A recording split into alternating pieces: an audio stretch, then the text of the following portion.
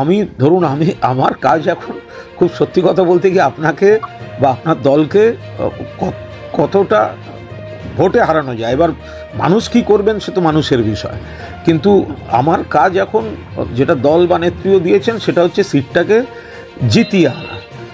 কুণালদা, আপনার কাছে খুব অনুরোধ করছি, আপনি আমার একদম নিবেদন স্বরূপ অনুরোধ করছি, যদি কোথাও মনে হয় একটা উপনির্বাচনে তো আপনার সরকার গড়বে না, ভাঙবে না, যদি কোথাও মনে হয়, তো সেটাই মানুষকে বলছি, একটা সরকার গড়বে না, ভাঙবে না, কিন্তু সেই কারণেই যখন বিধায়ক চুজ করবেন তাহলে সরকারি পক্ষের লোককে করুন যাতে এলাকায় আরও ভালো করে কাজ করে। এটা আমরা বক্তৃতাতেও বলছি, আমাদের লাইনও সেটাই।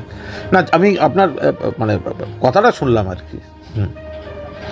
না, আমি ঠিক, আপনি যা বলেছেন ঠিক বলেছেন, কিন্তু আমি যদি এখান থেকে বিধায়ক হতে পারি, আমার মনে হবে যে সেখানে আপনার একটা বৃহৎ ভূমিকা থাকবে।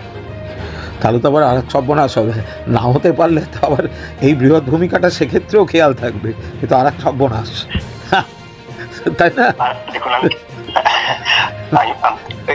দেখুন, কথায় তো চলতে থাকবে। না না না, ঠিক আছে ঠিক আছে, খেলাধুলার মধ্যে একদম একদম ঠিক আছে, এটা হতেই পারে, আপনি লড়েছেন, দেখা যাক, বাকি আবার কথা হবে ভবিষ্যতে। আমি বলি যে যদি কৃতজ্ঞতা স্বরূপ, না না, যদি ভবিষ্যতেও কখনো খেলাধুলায় সে সর্বভারতীয় পর্যায়ে হোক কি রাজ্য পর্যায়ে হোক, কোথাও আপনার মনে হয়, আমি আপনাকে অ্যাকোমোডেট করার চেষ্টা করব।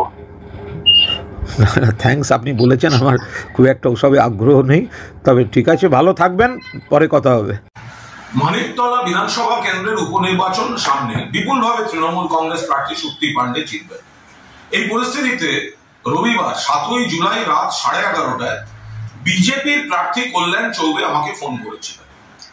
তো এই যে ফোন করা, তো আমি মাননীয় মুখ্যমন্ত্রী মমতা বন্দ্যোপাধ্যায় এই ভোটে মানিকতলায় 4 সদস্যের যে কোর কমিটি তৈরি করে দিয়েছেন, আমি তার সদস্য এবং নির্বাচন পরিচালনায় এই কমিটির আহ্বায়ক। আমাকে ফোন করছেন কে? বিজেপির প্রার্থী কল্যাণ চৌবে। গণতন্ত্র, সৌজন্য, ফোন করতে পারেন, সহযোগিতা চাইতে পারেন, কিন্তু একথা সে কথার পর কল্যাণবাবু তো AIF এর সভাপতি ফুটবলের, তিনি আমায় বলছেন আমি যদি তাকে সাহায্য করি তাহলে তিনি আমায় খেলার জগতে রাজ্য বা জাতীয় স্তরে বড় পদ দেবেন।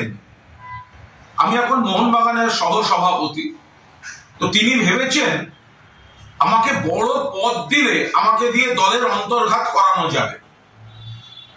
এটা অত্যন্ত কুরুচিকর, নিম্নমানের, সংকীর্ণ, একটা বাজে মানসিকতা।